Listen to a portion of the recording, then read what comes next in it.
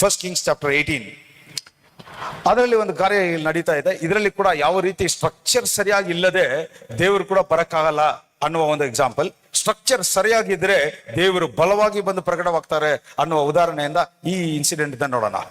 ಏನ್ ಹೇಳ್ತಾ ಇದ್ರೆ, ಎಲೈಷಾ ಈಗ ಜನರ ಮಧ್ಯೆಗೆ ದೇವರು, ನಿಜವಾದ ದೇವರು ಯಾರು ಅಂತ ಒಂದು ಕಾರ್ಯವನ್ನು ಈಗ ಪ್ರೂವ್ ಮಾಡಬೇಕು. ಅದಕ್ಕೆ ಎಲೈಷಾ ಈಗ ಹೇಳ್ತಾ ಇದ್ದಾನೆ, ನೀನು ಒಂದು ಬಲಿಪೀಠವನ್ನು ಕಟ್ಟು, 2 ದನಗಳನ್ನ ತಗೊಂಬರ್ನ, ನೀನೊಂದು ತಗೋ, ನಾನೊಂದು ತಗೋ. ಯಾರು? ಬಾಲ್ ದ ಪ್ರಾಫೆಟ್, ಆಮೇಲೆ ಎಲೈಜಾ ಹೇಳ್ತಾ ಇದ್ದಾನೆ, ನೀನು ಒಂದು ದನವನ್ನು ತಗೊಂಬ, ಅದನ್ನ ಬಲಿಪೀಠವನ್ನು ಮಾಡು, ಆ ಬಲಿಪೀಠದ ಮೇಲೆ ತುಂಡುಗಳಾಗಿ ಕಟ್ ಮಾಡಿ ಅದರ ಮೇಲೆ ಇಡು. ಈಗ ನಿನ್ನ ದೇವರನ್ನ ಕೂಗು, ನಿನ್ನ ದೇವರು ಕೂಗಿ ಆ ಬೆಂಕಿ ಬಂದು ಅದನ್ನ ಕನ್ಸ್ಯೂಮ್ ಮಾಡ್ಬಿಟ್ರೆ, ಬೆಂಕಿ ಬಂದು ಅದನ್ನ ಸುಟ್ಟು ಬೂದಿ ಮಾಡ್ಬಿಟ್ರೆ ನಿನ್ನ ದೇವರೇ ಸತ್ಯವಾದ ದೇವರು. ಇಲ್ಲ ಅಂದ್ರೆ ನಾನು ಅದೇ ತರ ಮಾಡ್ತೀನಿ, ನಾನು ಕರಿತೀನಿ, ಅವಾಗ ನನ್ನ ದೇವರು ಬಂದು ಅದನ್ನ ಸುಟ್ಟು ಬೂದಿ ಮಾಡಿದ್ರೆ ಅದೇ ನನ್ನ ದೇವರು, ನಿಜವಾದ ದೇವರು. ಈಗ ಇವರೇನ್ ಮಾಡ್ತಾ ಇದಾರೆ, ಬಾಲ್ ಜೊತೆ ಇರುವ ಎಲ್ಲ ಪ್ರಾಫಿಟ್ಸ್, ಬೇರೆ ಜನರು ಎಲ್ಲ ಸೇರಿ ಏನ್ ಮಾಡ್ತಾ ಇದಾರೆ, ಒಂದು ಬಲಿಪೀಠನ ಎಬ್ಬರಿಸ್ತಾ ಇದಾರೆ. ಅದ್ರ ಮೇಲೆ ದನವನ್ನ ತುಂಡು ಕಟ್ ಮಾಡಿ ಇಳಿಸಿ, ಈಗ ದೇವರೇ ಬಾ, ದೇವರೇ ಬಾ, ಮಹಾದೇವರೇ ಬಾ ಅಂತ ಕೂಗ್ತಾ ಇದ್ದಾರೆ. ಏನು ಸೌಂಡ್ ಇಲ್ಲ. ವಾಕ್ಯ ಹೇಳ್ತಾ ಇದೆ, ಅವರ ಯಾವಲ್ಲವ ಮಧ್ಯಾಹ್ನ ತನಕ ಕೂಗಿ ಹತ್ತು ಬೇಡಿ ಪ್ರಾರ್ಥನೆ ಮಾಡಿ ದೇವರ ನಾಮವನ್ನು ಕೂಗಿ ಏನು ಶಬ್ದ ಇಲ್ಲ. ಯಾವ ಲೆವೆಲ್ಗೆ ಇಳಿದು ಬಿಟ್ರು ಜನರು ಅಂತ ಬಾಲ್ ಕಡೆಯರು ಅಂದ್ರೆ, ಅವರು ಚರ್ಮ, ಅವರ ಅವರ ಬಾಡಿ, ಅವರ ದೇಹವನ್ನು ಗೀಚಿ ರಕ್ತವನ್ನು ಚೆಲ್ಲಿದ್ರಂತೆ. ಗಾಯ ಮಾಡಿ ರಕ್ತ ಬರ್ತಾ ಇದೆ ಶರೀರದಿಂದ. ಆದ್ರ ಯಾವ ಶಬ್ದನೂ ಇಲ್ಲ, ಯಾವ ಮಹಿಮೆನೂ ಇಲ್ಲ, ಯಾವ ಉತ್ತರನೂ ಇಲ್ಲ. ಯಜನ್ಗೆ ಅರ್ಥ ಆಗ್ತಾ ಇದೆ. ಸಂಜೆ ವೇಳೆಯಲ್ಲಿ ಈಗ ಎಲೈಜಾ ಹೇಳ್ತಾನೆ, I want you to read this scripture. ಓದಿ. 1 ಅರಸನು 18ನೇ ವಾಕ್ಯ, 18ನೇ ಅಧ್ಯಾಯ 30ನೇ ವಾಕ್ಯ ಓದಿ. ಯಾವಾಗ್ಲೂ ಸ್ಟ್ರಕ್ಚರ್ ಫಸ್ಟ್ ಸರಿಯಾಗಿರ್ಬೇಕು. ಈಗ ಇವ್ರು ಬಂದು ಆ ಸ್ಟ್ರಕ್ಚರ್ನ ಎಲ್ಲ ಹಾಳು ಮಾಡ್ಬಿಟ್ಟಿದ್ರು. ಫಸ್ಟ್ ಆಫ್ ಆಲ್ ಈಗ ಅರ್ಥ ಮಾಡ್ಕೊಳ್ಳಿ, ಇಷ್ಟೊತ್ತು ನಾನು ಮಾತಾಡ್ತಾ ಬಂದೆ, ಯಾಕೆ ಅವರು ಬಲಿಪೀಠವನ್ನು ಕಟ್ಟಿದ್ದಾರೆ, ಅದ್ರ ಮೇಲೆ ಹೇಳಿದಾಗ ದನವನ್ನು ಇಟ್ಟಿದ್ದಾರೆ, ಅವ್ರು ಕೂಗಿದ್ರು, ಯಾಕೆ ಬೆಂಕಿ ಬಂದಿಲ್ಲ? ಯಾಕಂದ್ರೆ ದೇವರ ಪ್ರೇರೇಪಣೆಯಿಂದ, ಇಲ್ಲ ದೇವರು ಮಾಡಿದ ಸ್ಟ್ರಕ್ಚರೇ ಅಲ್ಲ. ಅವರು ದೇವರು ಮಾಡದಿರುವ ಸ್ಟ್ರಕ್ಚರ್ಗೆ ದೇವರ ಜೀವ ಹೆಂಗ್ ಬರಕ್ ಸಾಧ್ಯ? ಹಾಗಾದ್ರೆ ಏನರ್ಥ? ಫಸ್ಟ್ ಆಫ್ ಆಲ್ ಅವರು ಯಾವ ಕಾರ್ಯ ಮಾಡ್ತಾ ಇದ್ರೋ ಅದು ದೇವರ ಉದ್ದೇಶದ ಪ್ರಕಾರ ಇರಲಿಲ್ಲ, ಅದು ದೇವರಿಂದ ಉಂಟಾದದಲ್ಲ, ಅದು ದೇವರು ಮಾಡಿದಲ್ಲ, ಅದು ಮಾಂಸದಲ್ಲಿ ಶರೀರ ಪ್ರಕಾರವಾಗಿ ಆ ವ್ಯಕ್ತಿ ಮಾಡಿದ್ರಿಂದ ಅಲ್ಲಿ ಜೀವ ಶ್ವಾಸ ಎಂಬುವ ಯೇಸು ಪ್ರಕಟವಾಗಕ್ಕೆ ಸಾಧ್ಯವಾಗ್ಲಿಲ್ಲ. ಜನಕ್ಕೆ ಅರ್ಥ ಆಗ್ತಾ ಇದೆ. So the first principle is, ಯಾವುದು ದೇವರಿಂದ ಉಂಟಾಗ್ಲಿಲ್ವೋ, ಯಾವುದು ದೇವರ ಪ್ರೇರೇಪಣೆಯಿಂದ ಉಂಟಾಗ್ಲಿಲ್ವೋ, ಯಾವುದು ದೇವರು ಹೇಳದೆ ಮಾಡಿದಿರೋ ಅವುಗಳಲ್ಲಿ ಜೀವ ಶ್ವಾಸ ಎಂಬುವ ಯೇಸು ಪ್ರಕಟವಾಗಕ್ಕೆ ಸಾಧ್ಯ ಇಲ್ಲ. ಅರ್ಥ ಮಾಡ್ಕೊಳ್ಳಿ. ಇದಕ್ಕೆ ಪದೇ ಪದೇ ಹೇಳ್ತಾ ಇದ್ದೀನಿ, ನಿಮ್ಮ ಜೀವಿತದಲ್ಲಿ ನನಗೆ ಇದು ಬೇಕಪ್ಪ, ಅದು ಬೇಕಪ್ಪ, ಇದನ್ನ ನೆರವೇರ್ಸಪ್ಪ, ಅದನ್ನ ನೆರವೇರ್ಸಪ್ಪ ಅಂತ ನಿಮ್ಮ ಆಸೆಯ ಪ್ರಕಾರ ದೇವರಿಗೆ ಹೇಳೋಕ್ಕಿಂತ, ಅಪ್ಪ ನಿನ್ನ ಉದ್ದೇಶದಂತೆ, ನಿನ್ನ ಚಿತ್ತದಂತೆ, ನಿನ್ನ ಒಂದು ಸ್ಟ್ರಕ್ಚರ್, ನಿನ್ನ ಒಂದು ರೂಪ ಸೃಷ್ಟಿ ಯಾವ ರೀತಿಯೋ ಅದರಂತೆ ನನ್ನನ್ನು ರೂಪಿಸಪ್ಪ. ಆ ರೀತಿ ರೂಪಿಸುವಾಗ ನಿನ್ನ ಜೀವ ಶ್ವಾಸವಾಗಿ ಯೇಸು ಬಂದು ವಾಸ ಮಾಡೋಕ್ಕೂ ಅನುಕೂಲವಾಗಿರುತ್ತೆ. ಪವಿತ್ರಾತ್ಮನ ಕ್ರಿಯೆ ಬಲವಾಗಿರುತ್ತೆ. ಅದರ ಫಲವನ್ನು ಕೂಡ ನಾನು ನೆಮ್ಮದಿಯಾಗಿ, ತೃಪ್ತಿಯಾಗಿ, ನಿರಂತರವಾಗಿ, ನಿತ್ಯವಾಗಿ ಅನುಭವಿಸುವಂತವಾಗಿರುತ್ತೆ. ಯೇಸುವಿಗೆ ಅರ್ಥ ಆಗ್ತಾ ಇದೆ. ಬೆಳಗ್ಗೆಯಿಂದ ಸಂಜೆ ತನಕ ಕೂಗಾಡಿದ್ರು, ಹತ್ತರು, ದೇಹವನ್ನು ಕುಯ್ಕೊಂಡ್ರು, ರಕ್ತ ಸುರಿದ್ರು, ಆದ್ರೆ ಏನು ಬಂದಿಲ್ಲ. ಹಾಗಾದ್ರೆ ಏನರ್ಥ? ಇದು ಯಾವ್ದನ್ನ ತೋರಿಸ್ತಾ ಇದೆ ಅಂದ್ರೆ, the revolution of this is, ನೀವು ಮಾಂಸದಲ್ಲಿ ಎಂತ ಪ್ರಯತ್ನ ಪಟ್ಟು ನೀವು ಏನಾದ್ರೂ ಮಾಡಿ ಅದು ದೇವರ ಹೋಲಿಕೆಯಲ್ಲಿಲ್ಲ, ದೇವರ ಉದ್ದೇಶದ ಪ್ರಕಾರ ಇಲ್ಲ, ಜಗದುತ್ಪತ್ತಿಗೆ ಮುಂಚೆ ಆ ಡಿಸೈನ್ ಅಲ್ಲಿ ಇಲ್ಲ ಅಂತ ಹೇಳಿದ್ರೆ ಅದಕ್ಕೆ ದೇವರು ಜೀವ ಕೊಡಕ್ಕೆ ಸಾಧ್ಯವಿಲ್ಲ. ಜನರಿಗೆ ಅರ್ಥ ಆಗ್ತಾ ಇದೆ. ಇನ್ನೊಬ್ಬರನ್ನ ನೋಡಿ ನಾನು ಅದೇ ತರ ಆಗ್ಬೇಕು, ಇನ್ನೊಬ್ರು ಮಾಡಿದ್ರು ನಾನು ಅದೇ ತರ ಮಾಡ್ಬೇಕು. ಅರ್ಥ ಮಾಡ್ಕೊಳ್ಳಿ, whether it is in the design of god, ದೇವರ ಡಿಸೈನ್ ಅಲ್ಲಿ ನಿಮ್ಗೆ ಉದ್ದೇಶದ ಪ್ರಕಾರ ದೇವರು ರೂಪಿಸಿದಾರ, ದೇವರ ಪ್ರೇರೇಪಣೆಯಿಂದ ಆದಾರ, ದೇವರು ನಡೆಸ್ತಾ ಇದ್ದಾರಾ ಅನ್ನುವುದನ್ನ ಫಸ್ಟ್ ಆಲೋಚನೆ ಮಾಡಿ ನೋಡಿ. ಈಗ ಎಲೈಜಾನು ಆತನ ಬಲದಿಂದ ಮಾಡಿದ್ನ? ಇಲ್ಲಿ ನೋಡಿ, ಈಗ ಓದಿ ಎಲ್ಲ. ಆಮೇಲೆ ಇವನೇನ್ ಮಾಡ್ತಾನೆ, ಎಲೈಜಾ ಫಸ್ಟ್ ಅದನ್ನ ರಿಪೇರ್ ಮಾಡ್ತಾನೆ, ಮತ್ತೆ ತಿರುಗಿ ಕಟ್ತಾ ಇದ್ದಾನೆ. ಹಾಗಾದ್ರೆ ಏನರ್ಥ? ದೇವರ ಜೀವ ಶ್ವಾಸ ಎಂಬ ಬರ್ಬೇಕಾದ್ರೆ ಅದು ಬಂದು ಕಾರ್ಯವನ್ನು ಮಾಡುವಂತೆ ಆ ಸ್ಟ್ರಕ್ಚರ್ ಪರ್ಫೆಕ್ಟ್ ಆಗಿರ್ಬೇಕು ಅನ್ನೋದನ್ನೇ ಈ ರೆವಲೇಷನ್. ಅದನ್ನ ರಿಪೇರ್ ಮಾಡಿ ಅದು ಕ್ರಮವಾಗಿ ಸರಿಯಾಗಿ ಇರುವಂತೆ ಮತ್ತೆ ಈ ಸರಿ ಏನ್ ಮಾಡ್ತಾನೆ, ಆ ಬಲಿಪೀಠವನ್ನು ಕಟ್ಟಿ ಅದರ ಮೇಲೆ ದನಗಳನ್ನ ತುಂಡು ತುಂಡಾಗಿ ಇಟ್ಟು, ಈ ಸರಿ ಅವನು ನನ್ನ ದೇವರ ಮಹಿಮೆ ಎಂತದ್ದು ಅಂತ ತೋರಿಸ್ತೀನಿ ಅಂತ ಹೇಳಿ ಅವನು ಏನ್ ಮಾಡ್ತಾನೆ, 4 ಬಿಂದಿಗೆ ತಗೊಂಬಂದು ನೀರು ಹಾಕಿ ಅಂತ ಹೇಳ್ತಾನೆ. ನೀರು ಹಾಕಿ, ಯಾಕಂದ್ರೆ ಮಾಂಸ ವೆಟ್ಟ ಆದ್ರೆ ಅಷ್ಟು ಈಸಿಯಾಗಿ ಬೆಂಕಿ ಹಿಡಿಯೋದಿಲ್ಲ. ಅದು ಮಾತ್ರ ಹೇಳ್ತಾ ಇಲ್ಲ, 2ನೇ ಸರಿ ತಗೊಂಬಂದು ಇನ್ನೂ ಉಯ್ ಅಂತಾನೆ. 3ನೇ ಸರಿ ಮತ್ತೆ ಇನ್ನೂ ತಗೊಂಬಂದು ಉಯ್. ಯಾವ ಲೆವೆಲ್ಗೆ ಅಂದ್ರೆ ಆ ಬಲಿಪೀಠ ಸುತ್ತಮುತ್ತಲು ಒಂದು ಏನಂತಾರೆ ಅದಕ್ಕೆ, ಅಲ್ಲ ತೋಡಿದ್ರ, ಆ ಅಲ್ಲ ಕೂಡ ನೀರಿಂದ ತುಂಬಿತ್ತಂತೆ. ಅಷ್ಟು ನೀರು. ಹಂಗಾದ್ರೆ ಶರೀರ ಪ್ರಕಾರವಾಗಿ ಬೆಂಕಿ ಹಾಕಿದ್ರು ಅದು ನೀರಲ್ಲಿ ಬಿದ್ದು ಬೆಂಕಿ ಹಿಡಿದೇ ಇರುವ ರೀತಿಯಲ್ಲಿ ಅಂತ ಪರಿಸ್ಥಿತಿ. ಅಂದ್ರೆ ಶರೀರ ಪ್ರಕಾರವಾಗಿ ಕಾರ್ಯಗಳು ನಿಮಗೆ ಅನುಕೂಲವಾಗಿ ಇಲ್ಲದೆ ಇರಬಹುದು, ಅದು ನಡಿದೇ ಅಸಾಧ್ಯವಾಗಿ ಕಾಣಬಹುದು, ಇದು ನಡಿಲಿಕ್ಕೆ ಸಾಧ್ಯನೇ ಇಲ್ಲ ಅನ್ನುವ ಪರಿಸ್ಥಿತಿಯಲ್ಲಿ ಇದ್ದರು. ಆದ್ರೆ ಸ್ಟ್ರಕ್ಚರ್ ಮಾತ್ರ ದೇವರ ಪ್ರೇರೇಪಣೆಯಿಂದ ಇರುವುದಾದ್ರೆ, ದೇವರು ಕಟ್ಟಿರುವುದಾದ್ರೆ, ದೇವರು ನಡೆಸಿ ಮಾಡಿರುವುದಾದ್ರೆ, ಈಗ ಕೇಳ್ತಾರೆ ಯೇಸುವಿನ ನನ್ನ ದೇವರ ನಾಮದಲ್ಲಿ ನಾನು ಅಪ್ಪ ಈ ಜನರಿಗೆ ನೀನೇ ದೇವರು ಅಂತ ತಿಳಿದುಕೊಳ್ಳುವ ಹಾಗೆ ಈಗ ನಿನ್ನ ಬೆಂಕಿ ಕೆಳಗಡೆ ಇಳಿ. ಯೇಸುವಿನ ನಾಮದಲ್ಲಿ ಅದರಂತೆ ದೇವರ ಬೆಂಕಿ ಕೆಳಗಡೆ ಇಳಿದು ಬಂದು ಅಲ್ಲಿ ಮಾಂಸವನ್ನು ಮಾತ್ರ ಸುಟ್ಟಾಕಿಲ್ಲ, ಅಲ್ಲಿ ಸುತ್ತ ಇದ್ದ ನೀರನ್ನು ಕೂಡ ಹಾಗೆ ಬೆಂಕಿ ನಕ್ಬಿಡ್ತಂತೆ. It lift up the water. So this is the power of the life of Christ. ಜೀವ ಶ್ವಾಸ, the life of spirit, the very breath of God, the very word of God. ದೇವರ ವಾಕ್ಯ ಸ್ಟ್ರಕ್ಚರ್ ಮಾತ್ರ ದೇವರ ರೂಪದಲ್ಲಿ ಇರುವುದಾದ್ರೆ ಅದು ಮಾಂಸದಲ್ಲಿ ಶರೀರದ ಪ್ರಕಾರವಾಗಿ ಯಾವುದು ನಮಗೆ ಅನುಕೂಲವಾಗಿಲ್ಲದಿರೋ ಪರವಾಗಿಲ್ಲ. ಜೀವ ಎಂಬುವ ಯೇಸು ಒಳಗಡೆ ಬಂದ್ರೆ ಅದೆಲ್ಲ ನಮಗೆ ಸಾಧ್ಯವಾಗುತ್ತೆ, ಅದು ನೆರವೇರುತ್ತೆ, ನಮಗೆ ಅನುಕೂಲವಾಗಿರುತ್ತೆ, ನಮಗೆ ಆಶೀರ್ವಾದವಾಗಿರುತ್ತೆ, ನಮಗೆ ಜಯವಾಗಿರುತ್ತೆ ಅಂತ ಯೇಸುವಿನ ನಾಮದಲ್ಲಿ ಡಿಕ್ಲೇರ್ ಮಾಡ್ತಾ ಇದ್ದೀವಿ. ರಿಸೀವರ್. ಈಗ ಕೂಡ ಯಾರ್ಯಾರಿಗೆ ಎಂತ ಪರಿಸ್ಥಿತಿಯಲ್ಲಿ ನಿಮಗೆ ಕಾರ್ಯ ನಡೆಯಕ್ಕಾಗದೇ ಇರುವ ಪರಿಸ್ಥಿತಿಯಲ್ಲಿ ಇದ್ದೀರೋ, ಈಗ ದೇವರು ಹೇಳ್ತಾ ಇದ್ದಾರೆ, ಈಗ ನಿಮ್ಮ ಸ್ಟ್ರಕ್ಚರ್ ಈಗ ದೇವರ ಉದ್ದೇಶದ ಪ್ರಕಾರ, ದೇವರ ನಡೆಸುವಿಕೆ ಪ್ರಕಾರ ಎಲ್ಲ ಕ್ರಮವಾಗಿ ಸರಿಯಾಗಿ ಇರುವುದರಿಂದ ಈಗ ದೇವರು ಹೇಳ್ತಾ ಇದ್ದಾರೆ, ಜೀವ ಶ್ವಾಸ ಎಂಬುವ ಯೇಸು ಈಗ ನಿನ್ನೊಳಗಡೆ ಬಂದು ನಿನ್ನಲ್ಲಿ ವಾಸ ಮಾಡುವುದಕ್ಕೆ ಅನುಕೂಲವಾಗಿರುವುದರಿಂದ ಈಗ ಆ ಬೆಂಕಿ ಏನಂದ್ರೆ ದೇವರ ಮಹಿಮೆಯನ್ನು ಪ್ರಕಟಿಸುವ ಕಾರ್ಯ, ದೇವರ ಜಯವನ್ನು ಡೆಮಾನ್ಸ್ಟ್ರೇಟ್ ಮಾಡುವ ಕಾರ್ಯ. ಯೇಸುವಿನ ನಾಮದಲ್ಲಿ ಇಂದಿನಿಂದ ದೇವರ ಮಹಿಮೆ, ದೇವರ ಜೀವ ನಿಮ್ಮಲ್ಲಿ ಬಲವಾಗಿ ಪ್ರಕಟವಾಗುವುದು. ಈಗ ಹೇಳ್ತಾ ಇದ್ದೀನಿ ನೋಡಿ, ಯಾವ ರೀತಿ ಎಲೈಜಾ ಅವನ ಸ್ವಂತ ಬಲದಿಂದ ಜ್ಞಾನದಿಂದ ಮಾಡಿಲ್ಲ. ಅದೊಂದು ವಾಕ್ಯ ಓದ್ಬಿಡಿ, ನಿನ್ನ ಅಪ್ಪನೆಯಂತೆ ಇದನ್ನೆಲ್ಲ ಮಾಡಿದ್ದೇನೆ. ದಿಸ್ ಇಸ್ ವಾಟ್ ಪ್ರೂವ್ಸ್ ನಿಮ್ಮ ಸ್ಟ್ರಕ್ಚರ್ ಕಟ್ಟಿ ಎದುರಿಸಿರುವುದು ದೇವರ ಪ್ರೇರೇಪಣೆಯಿಂದ, ದೇವರು ನಿಮ್ಮ ಶರೀರ ಮೂಲಕ ಕಟ್ಟಿರುವುದು. ಇಂಗ್ಲಿಷ್ ಅಲ್ಲಿ ತುಂಬಾ ಚೆನ್ನಾಗಿದೆ, I have done all these things at your word. ನಿನ್ನ ವಾಕ್ಯದಂತೆ, ನೀನು ಹೇಳಿದಂತೆ, ನಿನ್ನ ಪ್ರೇರೇಪಣೆಯಂತೆ.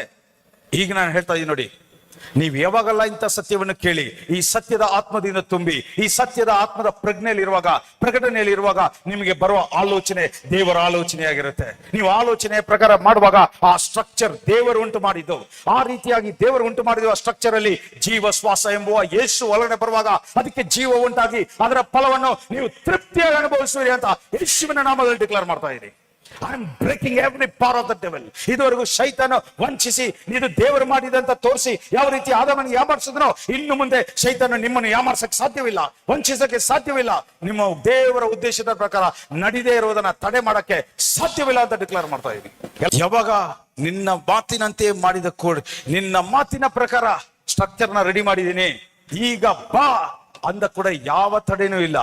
ಬೆಂಕಿ ಕೆಳಗಡೆ ಇಳಿದು ಬಂದು ಎಲ್ಲ ಸುಟ್ಟು ಬೂದಿ ಮಾಡಿದ್ಮೇಲೆ ಜನರು ಏನ್ ಮಾಡ್ತಾ ಇದ್ದಾರೆ, 31ನೇ ವಾಕ್ಯದಲ್ಲಿ ಅದನ್ನ ನೋಡಿ ಅವರ ಮುಖಗಳು ನೆಲಕ್ಕೆ ಬಿದ್ದು the lord he is god.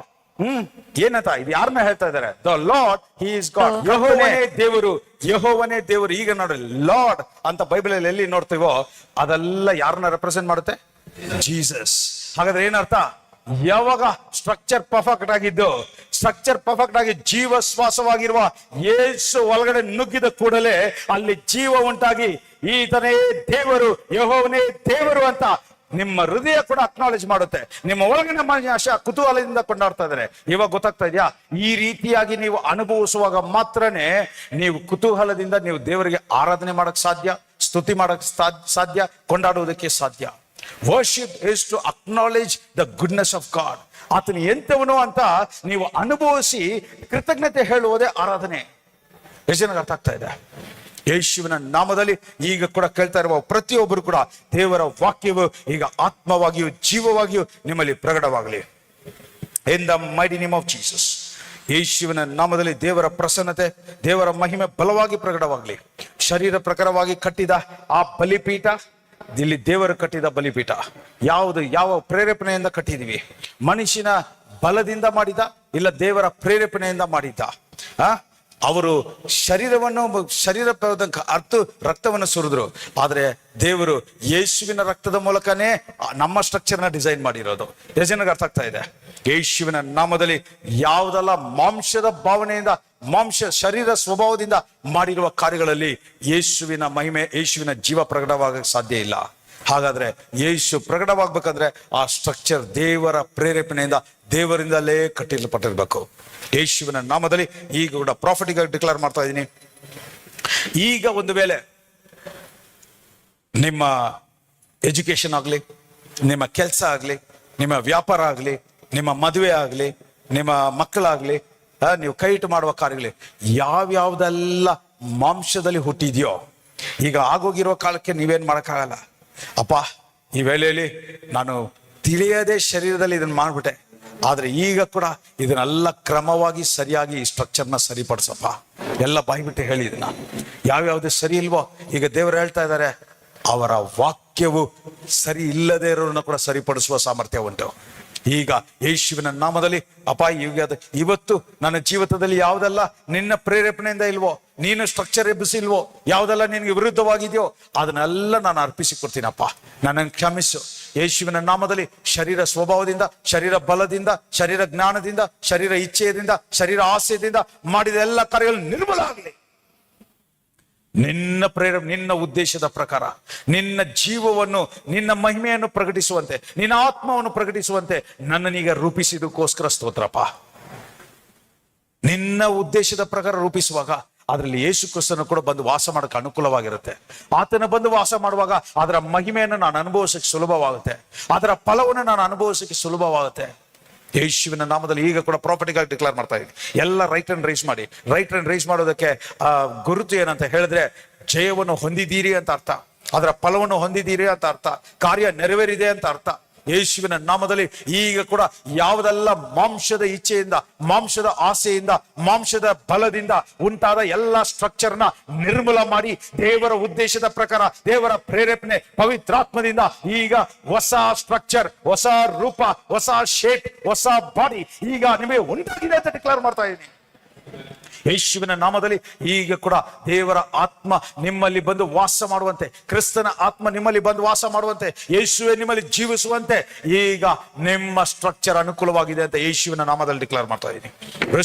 Receiver in the name of Jesus. ಅಪ್ಪ, ನಿನ್ನ ಬಂಕಿ ಬಂದು ನಿನ್ನ ಮಹಿಮೆಯನ್ನು ಪ್ರಕಟಿಸುವಂತೆ ಈ ಸ್ಟ್ರಕ್ಚರ್ನ, ಈ ದೇಹವನ್ನ ನಿನ್ನ ಉದ್ದೇಶದ ಪ್ರಕಾರ ಸರಿಪಡಿಸಿದಕ್ಕೋಸ್ಕರ ಸ್ತೋತ್ರ. ನಿನ್ನ ಮಹಿಮೆಯಿಂದ ತುಂಬಿಸಿದಕ್ಕೋಸ್ಕರ ಸ್ತೋತ್ರಪ್ಪ. ನಿನ್ನ ಜೀವದಿಂದ ತುಂಬಿಸಿದಕ್ಕೋಸ್ಕರ ಸ್ತೋತ್ರಪ್ಪ. ನಿನ್ನ ಆತ್ಮದಿಂದ ತುಂಬಿಸಿದಕ್ಕೋಸ್ಕರ ಸ್ತೋತ್ರಪ್ಪ. ಯೇಸುವಿನ ನಾಮದಲ್ಲಿ ಇನ್ the mighty name of Jesus ಈಗ ಕೂಡ ಹೇಳ್ತಾ ಇದ್ದೀನಿ, ಯಾರ್ಯಾರಿಗೆ ಸ್ಪಿರಿಚುವಲ್ ಪ್ರೈಡ್, ನನ್ನ ಆತ್ಮದಲ್ಲಿ ನಾನು ತುಂಬಾ ಸ್ಟ್ರಾಂಗ್ ಆಗಿದ್ದೀನಿ ಅಂತ ಹೇಳ್ಕೊಂತ ಇದ್ದೀರೋ, ನಾನು ಹೇಳ್ತಾ ಇದ್ದೀನಿ, ನೀವು ಸ್ಟ್ರಾಂಗ್ ಆಗಿ ಇಲ್ಲ. ಆಕ್ಚುಲಿ ದೇವರ ಡಿಸೈನ್ ಪ್ರಕಾರ ಇಲ್ಲ. ಯಾರ್ಯಾರಲ್ಲ ನಾನು ಮಾಡ್ತಾ ಇರುವ ಭಕ್ತಿಯ ಮೇಲೆ, ದೇವರಿಗಿಂತ ನಾನು ಮಾಡ್ತಾ ಇರುವ ಭಕ್ತಿ ಮೇಲೆ, ನಾನು ಮಾಡ್ತಾ ಇರುವ ಫಾಸ್ಟಿಂಗ್ ಮೇಲೆ, ನನಗಿರುವ ರೆವಲ್ಯೂಷನ್ ಮೇಲೆ, ನಾನು ಮಾಡುವ ಕಾರ್ಯಗಳ ಮೇಲೆ ನನ್ನ ನಂಬಿಕೆ ಇದೆ ಅಂದ್ರೆ ಅದೆಲ್ಲ ಸ್ಟ್ರಕ್ಚರ್ ಒಡೆದೋಗ್ಲಿ ಅಪ್ಪ ಯೇಸುವಿನ ನಾಮದಲ್ಲಿ. ಅಪ್ಪ, ನೀನು ಕೃಪೆಯಾಗಿ, ನಿನ್ನ ಪ್ರೀತಿಯ ನಿಮಿತ್ತವಾಗಿ, ಕರುಣೆಯಿಂದ ನಮಗೆ ಕೊಡುವ ಕಾರ್ಯಗಳು ನಿನ್ನಿಂದ ಉಂಟಾಗ್ಲಿ ಅಪ್ಪ ಯೇಸುವಿನ ನಾಮದಲ್ಲಿ. ಈಗ ಕೂಡ ದೇವರು ತಯಾರಾಗಿದ್ದಾರೆ.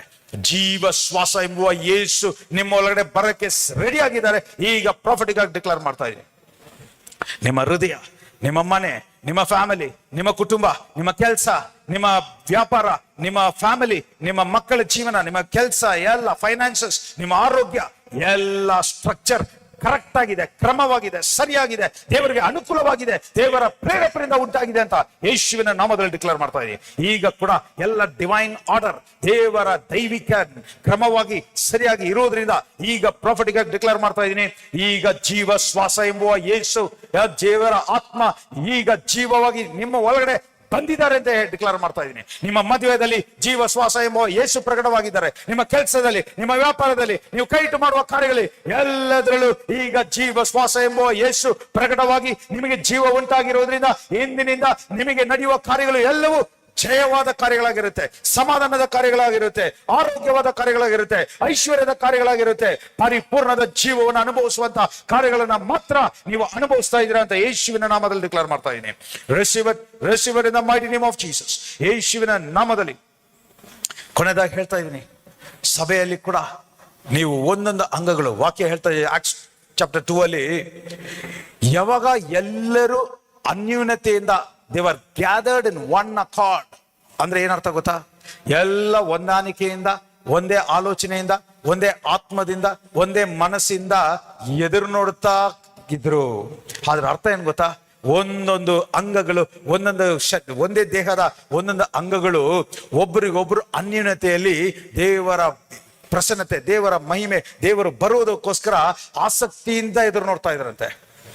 ಯೇಸುವಿನ ನಾಮದಲ್ಲಿ ಈಗ ಕೂಡ ಇಂಥ ಸತ್ಯವನ್ನು ಕೇಳುವಾಗ ಒಬ್ಬೊಬ್ಬರಲ್ಲೂ ಇದೇ ಸತ್ಯದ ಆತ್ಮ, ಇದೇ ಸತ್ಯದ ಪ್ರೇರೇಪಣೆ, ಇದೇ ಸತ್ಯದ ಅನ್ಯೂನತೆ, ಇದೇ ಸತ್ಯದ ಮೈಂಡ್, ತಿಳುವಳಿಕೆ ಉಂಟಾಗಿ ಈಗ ಅಪ್ಪ ಈ ಸ್ಟ್ರಕ್ಚರ್ನ ಪರ್ಫೆಕ್ಟ್ ಮಾಡಿ ನೀನು ಒಳಗಡೆ ಬಂದು ಕ್ರಿಯೆ ಮಾಡೋದಕ್ಕೆ, ಕೆಲಸ ಮಾಡೋದಕ್ಕೆ, ಕಾರ್ಯವನ್ನು ಮಾಡೋದಕ್ಕೆ ಯಾವ ತಡೆನೂ ಇಲ್ಲ ಅಂತ ಆ ರೀತಿ ಇರುವಾಗಲೇ ದೇವರ ಮಹಿಮೆ ಈಗ ಸ್ಟ್ರಕ್ಚರ್ ಪರ್ಫೆಕ್ಟ್ ಆಗಿದೆ.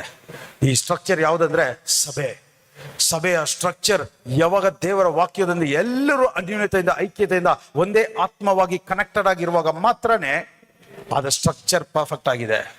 ಇದಕ್ಕೆ ನಾನು ಪದೇ ಪದೇ ಹೇಳೋದು, ಯಾವಾಗ ಯಾರು ಆತ್ಮದಲ್ಲಿ ಕನೆಕ್ಟ್ ಆಗಕ್ಕೆ ಆಗ್ತಾ ಇಲ್ವೋ, ಇನ್ನು ಶರೀರ ಸ್ವಭಾವದಲ್ಲಿ ಇದ್ದೀರೋ, ಫಸ್ಟ್ ನನ್ನ ಸ್ಟ್ರಕ್ಚರ್ನ ಸರಿಪಡಿಸಪ್ಪ, ನೀನು ಬಂದು ವಾಸ ಮಾಡುವಂತೆ ಅನುಕೂಲವಾಗಿರ್ಲಿಯಪ್ಪ. ಯೇಸುವಿನ ನಾಮದಲ್ಲಿ ಈಗ ನಾನು ಹೇಳ್ತೀನಿ ನೋಡಿ, ದೇವರ ಮಹಿಮೆ ಯಾವಾಗ ಬರುತ್ತೆ ಆಲಯದಲ್ಲಿ. ಸಾಲಮನ್ ದೇವಾಲಯವನ್ನು ಕಟ್ಟಿದ, ಸ್ಟ್ರಕ್ಚರ್ ಪರಿಪೂರ್ಣವಾಯಿತು. ಎಲ್ಲ ಆದ ಮೇಲೆ ಅವರು ಮ್ಯೂಸಿಕ್ ಬಾರಿಸಿ ದೇವರನ್ನ ಆರಾಧನೆ ಮಾಡಕ್ಕೆ ಕೊಂಡಾಡುವಾಗ ದೇವರ ಮಹಿಮೆ, the glory cloud fill the temple ಅಂತ ಹೇಳ್ತಾ ಇದೆ. ಹಾಗಾದ್ರೆ ಅದರ ಅರ್ಥ ಏನು? ಈ ಸಭೆ, ಚರ್ಚ್ ಕೂಡ ಏನು, ಯಾವಾಗ ದೇವರ ಮಹಿಮೆ, ದೇವರ ಜೀವ ಪ್ರಕಟವಾಗುವುದು, ಯಾವಾಗ ಬರುವ ಅಷ್ಟು ಜನನು ಆತ್ಮದಲ್ಲಿ ಅನ್ಯೂನ್ಯತೆಯಿಂದ, ಐಕ್ಯತೆಯಿಂದ, ಒಂದೇ ಮನಸ್ಸಿಂದ ದೇವರು ಎಂತವರು ಅಂತ ಕುತೂಹಲದಿಂದ ನೀವು ಹಾಡಾಡಿ, ಮ್ಯೂಸಿಕ್ ಬಾರಿಸಿ, ಚಪ್ಪಾಳೆಯನ್ನು ತಟ್ಟಿ, ಸ್ತುತಿ ಸ್ತೋತ್ರ ಸಲ್ಲಿಸುವಾಗ ಜೀವ ಎಂಬ ಯೇಸು ಈ ಸ್ಥಳದಲ್ಲಿ ಹಾಗೆ ಪ್ರಕಟವಾಗಿ ಆತನ ಮಹಿಮೆಯನ್ನು ಪ್ರಕಟಪಡಿಸ್ತಾ ಇದ್ದಾನೆ. ಯೇಸುವಿಗೆ ಅರ್ಥ ಆಗ್ತಾ ಇದೆ. Life comes when Jesus enters, god breathes and life begins. ಯಾವಾಗ ಜೀವ ಶ್ವಾಸ ಎಂಟರ್ ಆಗುತ್ತೋ ಆವಾಗಲೇ ಜೀವ ಉಂಟಾಗುವುದು. ಯೇಸುವಿನ ನಾಮದಲ್ಲಿ ಈಗ ಕೂಡ ಪ್ರಾಫಿಟಿಕ್ ಆಗಿ ಡಿಕ್ಲೇರ್ ಮಾಡ್ತಾ ಇದ್ದೀನಿ, receive it in the mighty name of Jesus. ಯೇಸುವಿನ ನಾಮದಲ್ಲಿ receive it in Jesus name. ಇಂದಿನಿಂದ ನಿಮ್ಮ ಕುಟುಂಬದಲ್ಲಿ, ನಿಮ್ಮ ಮನೆಯಲ್ಲಿ, ಇವಾಗ ಹೇಳ್ತಾ ಇದ್ದೀನಿ, ಇದುವರೆಗೂ ಯಾರ್ಯಾರಿಗೆ ಮನೆಯಲ್ಲಿ ಮನೆ ಕಟ್ಟಿದ್ದೀನಿ ಆದ್ರೆ ಸಮಾಧಾನವಾಗಿಲ್ಲ, ಗಾಡಿ ತಗೊಂಡಿದ್ದೀನಿ ಯಾವಾಗ ನೋಡಿದ್ರೆ ಆಕ್ಸಿಡೆಂಟ್ ಆಗ್ತಾ ಇದೆ, ಕೆಲಸ ತಗೊಂಡಿದ್ದೀನಿ ಬರೀ ಟೆನ್ಷನ್ ಕೆಲಸದಲ್ಲಿ, ಬಿಸ್ನೆಸ್ ಸ್ಟಾರ್ಟ್ ಮಾಡಿದ್ದೀನಿ ಆದ್ರೆ ಬರೀ ನಷ್ಟ, ಮದುವೆ ಆಗಿದ್ದೀನಿ ಆದ್ರೆ ಸಮಾಧಾನನೇ ಸರಿ ಇಲ್ಲ, ಮಕ್ಕಳಾಗಿದೆ ಮಕ್ಕಳ ಜೀವನ ಆಶೀರ್ವಾದವಾಗಿಲ್ಲ. ಈಗ ಇದೆಲ್ಲ ತಲೆ ಕೆಳಗಾಗುತ್ತೆ ಈ ಸತ್ಯ ಈಗ. ಯಾಕಂದ್ರೆ ಇದುವರೆಗೂ ಸ್ಟ್ರಕ್ಚರ್ ದೇವರ ಪ್ರಕಾರ ಇರಲಿಲ್ಲ, ಸ್ಟ್ರಕ್ಚರ್ ಇದ್ರೂ ಜೀವ ಶ್ವಾಸ ಇರಲಿಲ್ಲ. ಇವತ್ತು ಯೇಸುವಿನ ನಾಮದಲ್ಲಿ ನಿಮ್ಮ ಕೈ ಇಟ್ಟು ಮಾಡುವ ಕಾರ್ಯಗಳಲ್ಲಿ, ನಿಮ್ಮ ಕುಟುಂಬದಲ್ಲಿ ಎಲ್ಲದರಲ್ಲೂ ಜೀವ ಶ್ವಾಸ ಎಂಬುವ ಯೇಸು ಪ್ರಕಟವಾಗಿದ್ದಾರೆ. ಯಾಕಂದ್ರೆ ಸ್ಟ್ರಕ್ಚರ್ ಇವತ್ತು ಸರಿ ಮಾಡಿಸಿದ್ವಿ, ಸ್ಟ್ರಕ್ಚರ್ ಪರ್ಫೆಕ್ಟ್ ಆಗಿದೆ. ಅದರಿಂದ ದೇವರ ಬಲ ಈಗ ಬಲವಾಗಿ ಪ್ರಕಟವಾಗ್ತಾ ಇರೋದ್ರಿಂದ ಇಂದಿನಿಂದ ಜೀವದ ಕಾರ್ಯಗಳೇ ನಡೆಯೋದು, ಸಮಾಧಾನದ ಕಾರ್ಯಗಳೇ ನಡೆಯೋದು, ಜಯವಾದ ಕಾರ್ಯಗಳೇ ನಡೆಯೋದು ಅಂತ ಯೇಸುವಿನ ನಾಮದಲ್ಲಿ ಡಿಕ್ಲೇರ್ ಮಾಡ್ತಾ ಇದ್ದಾರೆ. ಪಾಲ್ ಗಿಡವನ್ನು ಪ್ಲಾನ್ ಮಾಡ್ದ, ಅಪೋಲಸ್ ನೀರ್ ಹಾಕದ, ಆದ್ರೆ ಬೆಳೆ ಮಾಡಿದವರು ಯೇಸುವಿನ ನಾಮದಲ್ಲಿ ಬೆಳೆ ಮಾಡುವುದು ಏನಂದ್ರೆ ಜೀವ ಶ್ವಾಸ ಎಂಬುವ ಯೇಸು ಪ್ರಕಟವಾದಾಗ ಮಾತ್ರನೇ ಅಲ್ಲಿ ಬೆಳವಣಿಗೆ, there is growth, increase, expansion, abounding in the mighty name of Jesus. ಯೇಸುವಿನ ನಾಮದಲ್ಲಿ ಈಗ ಕೂಡ ಪ್ರಾಫಿಟಿಕ್ ಆಗಿ ಡಿಕ್ಲೇರ್ ಮಾಡ್ತಾ ಇದ್ದೀನಿ, receive it in Jesus name. ಯಾವ ರೀತಿ ಎಜೆಕಿಯಲ್, ಎಲೈಜಾ ನೋವಾ, ಮೋಸಸ್, ದೇವರು ಕೂಡ ಫಸ್ಟ್ ಸ್ಟ್ರಕ್ಚರ್ನ ಕರೆಕ್ಟಾಗಿ ಕ್ರಮವಾಗಿ ಮಾಡಿದ್ಮೇಲೆ ಈಗ ನಾವು ಸೆಕೆಂಡ್ ಸ್ಟೆಪ್ ಮಾಡಕ್ಕಿದ್ದೀವಿ. ಇಷ್ಟೊತ್ತು ಸ್ಟ್ರಕ್ಚರ್ ಕರೆಕ್ಟ್ ಮಾಡ್ತಾ ಇದ್ವಿ. ಈಗ we are going to do the second step. The second step is ಜೀವ ಶ್ವಾಸವನ್ನು ತುಂಬಿಸೋದು. ಜೀವ ಶ್ವಾಸ ಯಾರು? ಜೀಸಸ್. ಎಲ್ಲ ಹೇಳೋಣ. ಈಗ Ezekiel actually when he did first step, structure build ಆಯ್ತು. ಒಣಗಿರುವ ಎಲುಬುಗಳಿಗೆ ನರ ಉಂಟಾಯಿತು, ಮಾಂಸ ಉಂಟಾಯಿತು, ಚರ್ಮ ಉಂಟಾಯಿತು, ರೂಪ ಸೃಷ್ಟಿ ಆಯ್ತು. ಆದ್ರೆ ಏನಿರ್ಲಿಲ್ಲ, ಜೀವ ಉಂಟಾಗ್ಲಿಲ್ಲ. ಈಗ ಎಲ್ಲ ಸ್ಟ್ರಕ್ಚರ್ ರೆಡಿ ಆದ್ರು, ಎಲ್ಲ ಸ್ಟ್ರಕ್ಚರ್ ಕ್ರಮವಾಗಿದ್ರು, ಅಲ್ಲಿ ಜೀವ ಉಂಟಾಗಿಲ್ಲ. ದೇವರು ಈಗ ಎಜೆಕಿಯಲ್ಗೆ ಪ್ರವಾದನೆ ಹೇಳ್ತಾನೆ, ಈಗ ಜೀವ ಶ್ವಾಸಕ್ಕೆ ನೀನ್ ನುಡಿ, ಬ್ರೆತ್ಗೆ ನುಡಿ, ಬ್ರೆತ್ಗೆ ನುಡಿ ಅಂತ ದೇವರು ಹೇಳ್ತಾ ಇದ್ದಾರೆ. ಇವನು ಈಗ ಏನ್ ಹೇಳ್ತಾ ಇದ್ದಾನೆ? 4 ದಿಕ್ಕುಗಳಿಂದ ಈಗ ಶ್ವಾಸ ಬಾ ಅಂತ ಕರೀತಾ ಇದ್ದಾನೆ, ಶ್ವಾಸವನ್ನು ನುಡಿತಾ ಇದ್ದಾನೆ. ಇದರ ಅರ್ಥ ಏನಂತ ಹೇಳಿದ್ರೆ, it is showing the capacity of the breath of life. ಒಂದು ಕಡೆಯಿಂದ ಅಲ್ಲ, 2 ಕಡೆಯಿಂದ ಅಲ್ಲ, 3 ಕಡೆಯಿಂದ ಅಲ್ಲ, 4 ಕಡೆ. ಅಂದ್ರೆ ಏನು? ನಾರ್ತ್, ಸೌತ್, ಈಸ್ಟ್, ವೆಸ್ಟ್ ಎಲ್ಲ ಕಡೆಯಿಂದ ದೇವರ ಜೀವ ಶ್ವಾಸ ಬರುವಾಗ ನಿಮಗೆ ವಿರುದ್ಧವಾಗಿ ಒಂದು ಶತ್ರು ನಿಂತ್ಕೊಳ್ಳೋಕೆ ಸಾಧ್ಯವಿಲ್ಲ. ನಿಮಗೆ ವಿರುದ್ಧವಾದ, ನಿಮಗೆ ಎದುರಾಗಿ ನಿಂತ್ಕೊಳ್ಳುವ ಯಾವುದೇ ಆಯುಧವು ಸಫಲವಾಗುವುದಿಲ್ಲ. ನೀವು ಕೈಟು ಮಾಡುವ ಎಲ್ಲ ಕಾರ್ಯಗಳು ಸಫಲವಾಗುವಂತೆ ಎಲ್ಲ ಕಡೆಯಿಂದ ದೇವರ ಆತ್ಮ ಬರುವಾಗ ನಿಮಗೆ ಬರೀ ಜಯವಾದ ಕಾರ್ಯಗಳೇ ಉಂಟಾಗುವುದು, ಜೀವವಾದ ಕಾರ್ಯಗಳೇ ಉಂಟಾಗುವುದು. ಎಲ್ಲ ಈಗ ಕರೆಯೋಣ ಯೇಸುವಿನ ನಾಮದಲ್ಲಿ. ಹಾಗಾದ್ರೆ ಏನರ್ಥ? Structure ಸರಿಯಾಗಿದ್ರು step 1. ಸ್ಟೆಪ್ 2, ನೀವು ಜೀವ ಶ್ವಾಸ ಎಂಬುವ ಯೇಸುವನ್ನು ಇನ್ವೈಟ್ ಮಾಡಲೇಬೇಕು, ನೀವು ಪ್ರವಾದನೆ ಮಾಡಲೇಬೇಕು, ನೀವು ನುಡಿಲೇಬೇಕು. ಹಲ್ಲೆಲೂಯಾ. ಯೇಸುವಿನ ನಾಮದಲ್ಲಿ ಜೀವ ಶ್ವಾಸವೇ 4 ದಿಕ್ಕುಗಳಿಂದ ಈಗ ಎಲ್ಲಿಗೆ ಬರ್ಬೇಕು? ಎಲ್ಲಿಗೆ ಬರ್ಬೇಕಂದ್ರೆ, ಸರಿ ಇಲ್ಲದೆ ಇರುವ ಕೆಲಸ, ಸರಿ ಇಲ್ಲದೆ ಇರುವ ಮದುವೆ, ಸರಿ ಇಲ್ಲದೆ ಇರುವ ಬಿಸ್ನೆಸ್, ಸರಿ ಇಲ್ಲದೆ ಇರುವ ಕುಟುಂಬ, ಸರಿ ಇಲ್ಲದೆ ಇರುವ ಮಕ್ಕಳು. ಹಾಗಾದ್ರೆ ಏನರ್ಥ? ಫಸ್ಟ್ ಆಫ್ ಆಲ್, ಈ ತರ ಪರಿಸ್ಥಿತಿಯಲ್ಲಿ ಇರ್ಬೇಕಂದ್ರೆ ಇದೆಲ್ಲ ಹುಟ್ಟಿದೆ ಆ ತರನ? ಇದು ಚೆನ್ನಾಗಿದ್ದು ನಾಶವಾಗಿದೆಯಾ? ಚೆನ್ನಾಗಿದ್ದು. ಯಾಕಂದ್ರೆ ದೇವರ ಸೃಷ್ಟಿಯಲ್ಲಿ ನಮ್ದು ಎಲ್ಲ ಪರ್ಫೆಕ್ಟ್ ಆಗಿ, ಕ್ರಮವಾಗಿ, ಸರಿಯಾಗಿದ್ದದ್ದು ಪಾಪದ ನಿಮಿತ್ತವಾಗಿ ಎಲ್ಲ ಕೊಳ್ಳಲ್ಪಟ್ಟಿದೆ. ಅದಕ್ಕೆ ಆ ವಾಕ್ಯದಲ್ಲಿ ಹೆಂಗಿದೆ ಅಂದ್ರೆ, ಪ್ರಾಫಸಿ ಟು ದ ಸ್ಲೈನ್. ಸ್ಲೈನ್ ಅಂದ್ರೆ ಏನ್ ಗೊತ್ತಾ? ಕೊಲ್ಲಲ್ಪಟ್ಟಿದ್ದು, ಸಾಯಿಸಿದ್ದು, ಮರಣ ಹೊಂದಿದ್ದು. ಇದು ಕೊಂದಾಕಿದ್ದಾರೆ. ನಿನ್ನ ಕೆಲಸವನ್ನು ಕೊಂದಾಕಿದ್ದ ಶೈತಾನ, ನಿನ್ನ ಮ್ಯಾರೇಜ್ ಅನ್ನು ಕೊಂದಾಕಿದವನು, ನಿನ್ನ ಬಿಸ್ನೆಸ್ ಅನ್ನು ಕೊಂದಾಕಿದವನು, ಅಂತವನಿಗೆ ಈಗ ನುಡಿ, ಮುಂಚೆಗಿಂತ ಈಗ ನಾನು ಒಳಗಡೆ ಬರುವಾಗ ಅದರ ಫಲ ಮುಂಚೆಗಿಂತ ಈಗ ಮುಂದೆ ಅನುಭವಿಸುವ ಫಲ ಆಶೀರ್ವಾದವಾಗಿರುವುದು, ಜಯವಾಗಿರುವುದು, ತೃಪ್ತಿಯಾಗಿರುವುದು ಅಂತ ಯೇಸುವಿನ ನಾಮದಲ್ಲಿ ಡಿಕ್ಲೇರ್ ಮಾಡ್ತಾ ಇರಿ. ಈಗ ನೀವು ಬಂದು ಹೊಸದಾಗಿ ಹೇಳ್ತಾ ಇಲ್ಲ, ನೀವು ಹಿಂದೆ ಅನುಭವಿಸಕ್ಕಿಂತ ಇನ್ನು ಮುಂದೆ ಅನುಭವಿಸುವ ಸಮಾಧಾನ ದೊಡ್ಡದಾಗಿದೆ. ನೀವು ಹಿಂದೆ ಅನುಭವಿಸಿದ ಕೆಲಸದಲ್ಲಿ ಸಮಾಧಾನ ಮುಂದೆ ದೊಡ್ಡದಾಗಿದೆ. ನಿಮ್ಮ ಜೀವನದಲ್ಲಿ ನಡೆಯುವ ಕಾರ್ಯಗಳೆಲ್ಲ ದೇವರ ಪ್ರಸನ್ನತೆ, ದೇವರ ಮಹಿಮೆ ಬಲವಾಗಿ ಪ್ರಕಟವಾಗುವಂತೆ ಮುಂದೆ ನಡೆಯುವ ಕಾರ್ಯಗಳು ಎಲ್ಲ ಜೀವ ಉಂಟಾಗ್ತಾ ಇದೆ. ಅದರ ಅರ್ಥ ಏನ್ ಗೊತ್ತಾ? ಒಂದು ಟಿವಿ ಕೆಟ್ಟೋಗಿ ರಿಪೇರ್ ಮಾಡಿ ಅದೇ ಹಳೆ ಟಿವಿ ಓಡಿಸೋ ಜೀವನ ಅಲ್ಲ. ಯೇಸುವಿನ ನಾಮದಲ್ಲಿ ಹೊಸ ಟಿವಿನ ತಗೊಂಡು, ಹೊಸ ಬ್ರ್ಯಾಂಡ್, ಹೊಸ ಮಾಡೆಲ್, ಎಲ್ಲ ವಿಶೇಷವಾಗಿ, ವಿಚಿತ್ರವಾಗಿ, ಹಿಂದೆ ಇದ್ದಿದ್ದಕ್ಕಿಂತ ಮುಂದೆಯ ಮಹಿಮೆ ದೊಡ್ಡದಾಗಿರುವ ರೀತಿಯಲ್ಲಿ ನಿಮ್ಮ ಕೆಲಸ, ನಿಮ್ಮ ವ್ಯಾಪಾರ, ನಿಮ್ಮ ಕುಟುಂಬ, ನಿಮ್ಮ ಮಕ್ಕಳ ಜೀವನ, ನಿಮ್ಮ ಫೈನಾನ್ಸಸ್, ನಿಮ್ಮ ಆರೋಗ್ಯ, ನಿಮ್ಮ ಜೀವನವೇ ಎಲ್ಲ ಶ್ರೇಷ್ಠವಾಗಿರುವುದಂತ ಯೇಸುವಿನ ನಾಮದಲ್ಲಿ ಡಿಕ್ಲೇರ್ ಮಾಡ್ತಾ ಇದ್ದೀನಿ. ಎಲ್ಲ ಹೇಳೋಣ. ಯೇಸುವಿನ ನಾಮದಲ್ಲಿ ಜೀವ ಶ್ವಾಸ 4 ದಿಕ್ಕುಗಳಿಂದ ನನ್ನ ಜೀವನದಲ್ಲಿ ಇರುವ ಎಲ್ಲಾ ಕಾರ್ಯಗಳಲ್ಲೂ ಈಗ ಜೀವ ಉಂಟು ಮಾಡಲಿ.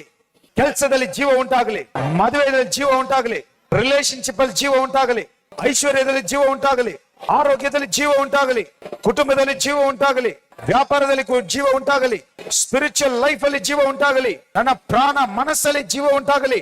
ದೇವರ ನನಗೆ ಅಂತ ಇಟ್ಟಿರುವ ಉದ್ದೇಶದ ಪ್ರಕಾರ ಎಲ್ಲವೂ ಜೀವವಾಗಿ ಉಂಟಾಗಲಿ.